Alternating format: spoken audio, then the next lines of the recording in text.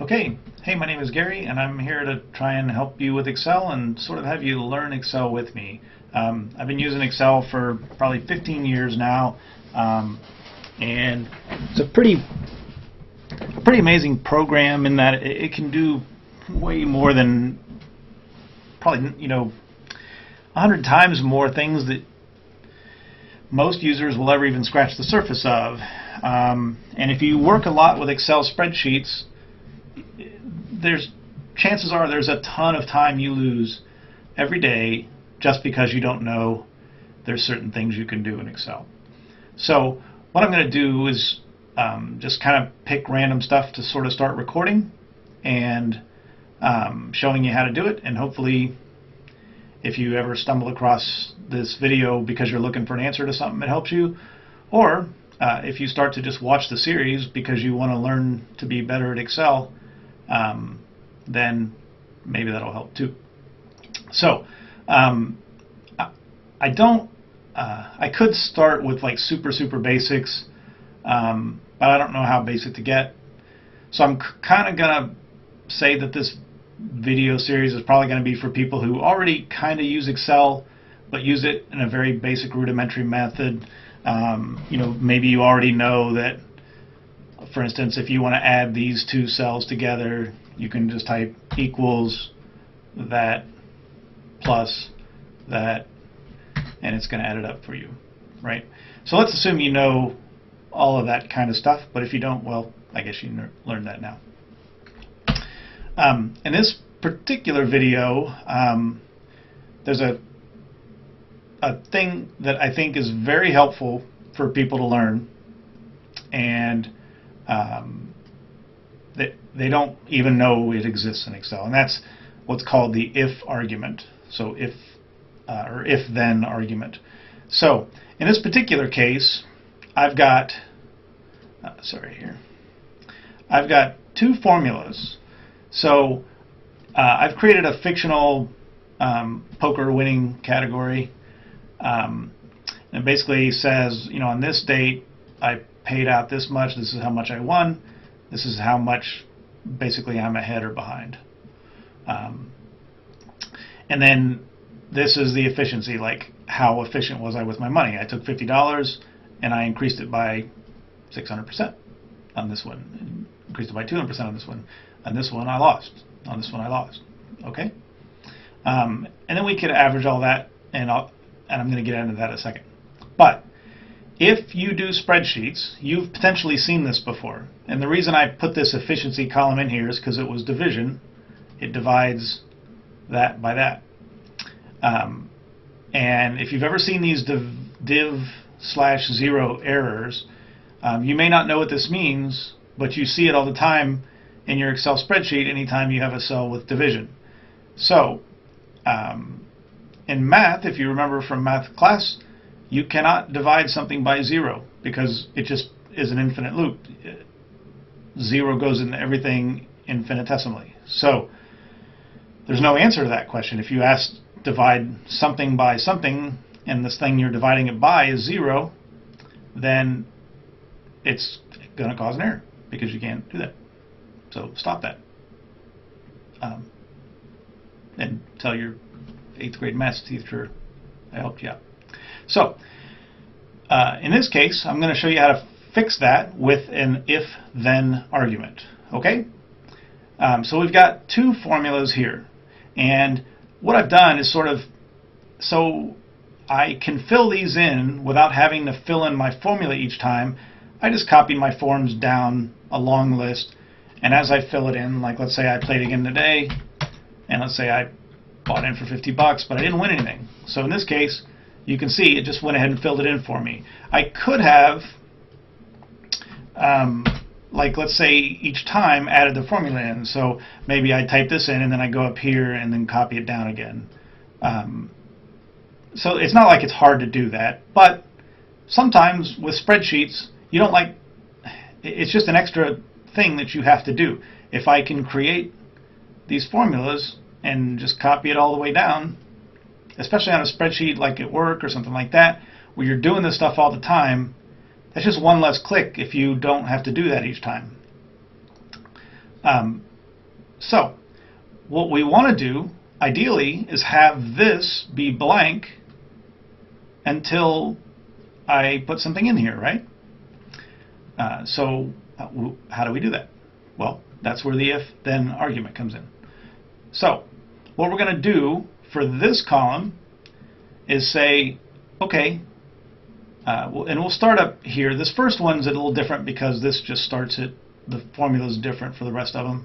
But what we'll do is say, okay, if this is blank, then leave this blank. Because assuming this is blank, there's nothing else to put there.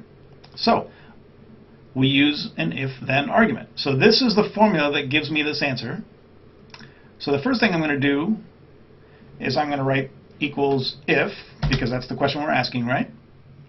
And then we're going to put a parenthesis, left parenthesis. This cell, A3, so we can type A3 or we could just click it, is, so the comma, blank, blank, or quote, quote, equals blank. So what I mean by that is, what we're saying is if, an if argument has basically three things you have to, or four things you have to put into it. So the thing you're analyzing, in this case, A3, the condition that you're looking for, in this case, I put quote, quote, and you can see it's telling me what's going on here. The logical test, value if true, value if false, and separated by a comma, right? So my logical test is this first two parts. If A3, oh, I wrote this wrong, equals blank blank, sorry. If A3 equals blank blank, and I keep saying blank blank, but quote quote just means blank. So if A3 is blank, so equals quote quote. And so basically the quote quote represents blank because it's saying you have a beginning and an end with a quotation mark, and there's nothing in between them, so therefore blank, right? So if A3 equals blank blank, then make this blank blank, value if true, otherwise do this, value if false. Okay? So when I hit enter here, it looks like it didn't do anything. It just went back to the number that was already there. But if I copy this formula down, you can see these are all showing blank now. It looks like they're empty, but they're not. You can see my formula's there. And if I put in a date here, so if I do 6/15, you can see it fills in. Pretty cool, huh? So this, if you've ever, I don't know, if you're like me and you're kind of annoyed by stuff that looks weird or whatever, if you've got a spreadsheet and it's got a bunch of these div by zero errors, it just drives you batty. So I love taking them out. I hate, especially if I got to share that spreadsheet with somebody else, I'd rather, I don't know, apply sunscreen with a cheese grater than leave a bunch of div by zero errors in there. So we'll do the same thing to this. We'll say if and we'll click on that, equals blank blank, then blank blank. Otherwise, C3 divided by B3. And then, oops, I forgot you can't use the arrow key there. And you put a parenthesis at the end, hit enter, same thing. So it didn't look like it changed, but when you go down here, boom, those are all gone. Now, I'm still getting this div by zero error because I'm dividing.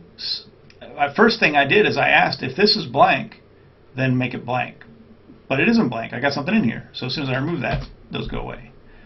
But let's say that in this case, you're just saying, hey, look, maybe I'm going to have zero in there. Like in tournament, or in poker, they have what's called a free roll, like where you play for free, but you could win money because the money's coming from somewhere else, like an advertiser or something. So 6, 15. Maybe the amount I got was out, and then but I won $100. So you can see that's gonna give me a div 0 error because this was 0. But this might happen. So how can we write this better? Well, we can say, okay, instead of looking at A19 for this one, let's look at B19. So in B19, if B19 equals blank blank, then make it blank blank.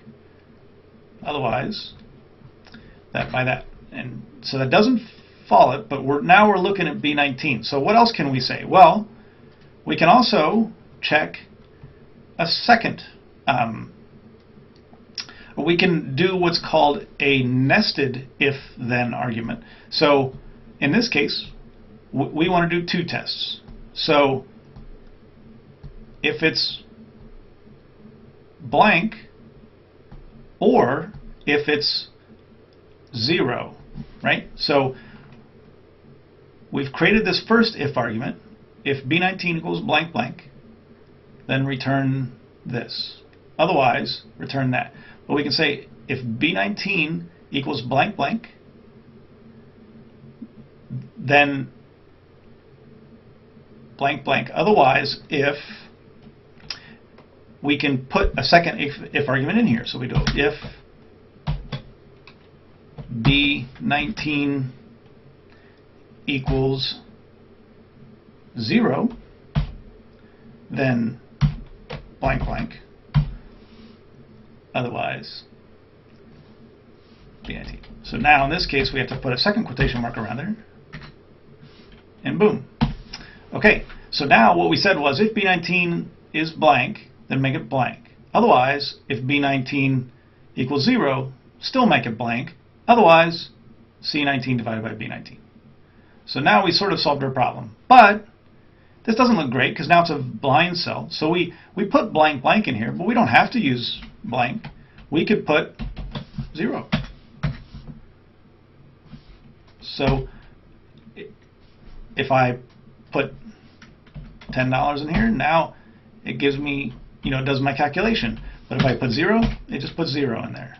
So you can do that. Now the other option we could have done is we could have said if this, let's take out our second if argument here. Let's go back to this first one. And this is just more about like logical thinking sometimes. If B19 is greater than 0 or less,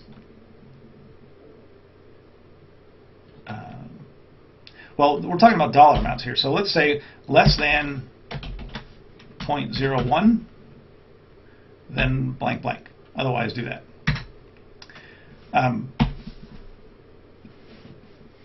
So now it was, if it's blank, it's gonna do it because blank is still less than. But if you got a 0, that's also less than 1 penny. So it's making it blank either way. So that still gets rid of our div by error. But anyway, hopefully this will help you to think about how to use if arguments to do something in Excel. And it could be something where, let's say you're wanting to